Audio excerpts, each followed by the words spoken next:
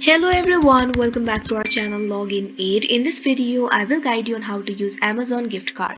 So if you also want to use Amazon gift card, this video is just for you. Follow the simple steps and you'll be able to do it. So first of all, what you have to do is launch open any browser of your choice, or you can also open the Amazon application if you want. If you've opened the browser, what you have to do is click on the search bar. Now simply type in amazon.com, press enter.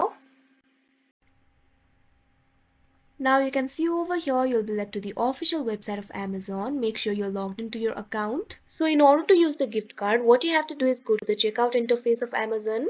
For that, what you have to do is first of all go to the cart. If you do not have any item on cart, make sure to add the item on cart. After you add the item on cart, all you have to do is click on the cart option that you can see at the top right. Now you can see over here you'll be led to the cart interface. All the items that you've added to the cart will be displayed over here. Over here you'll be able to find the option for proceed to checkout. All you have to do is click on it. Now you can see over here you'll be led to this kind of interface. This is the official checkout interface of Amazon. Over here you'll be able to find the information regarding the delivery address, payment method. Also you'll be able to see the order total price over here. You can see the price details over here.